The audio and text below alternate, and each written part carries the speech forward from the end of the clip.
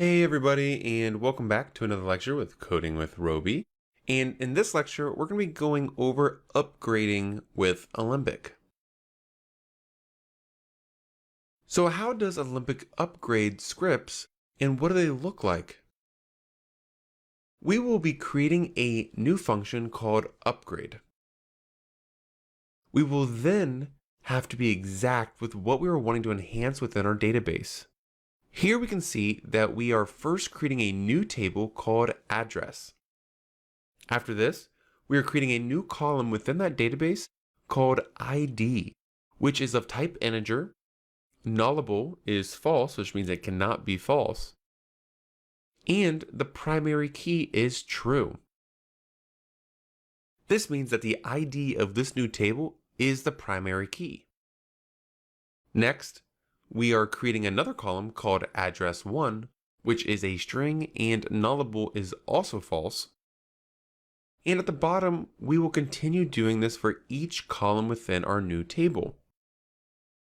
After we create all of the columns, we will run this upgrade script to create the table within our database.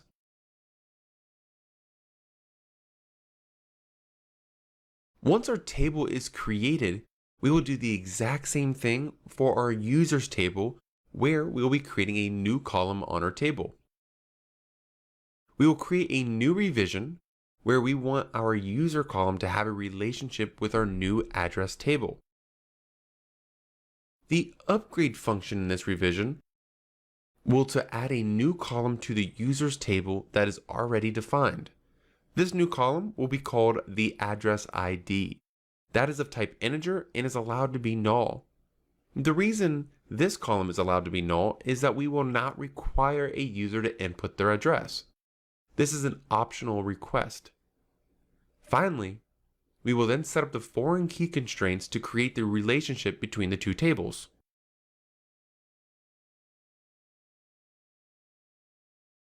After we successfully use Alembic to enhance our databases, there will be a couple new steps that we have to follow. We will then enhance our models to now include a new model called address. We will then create a new address route, which is called address.py. We will then update our main.py file to include a new router to our new address.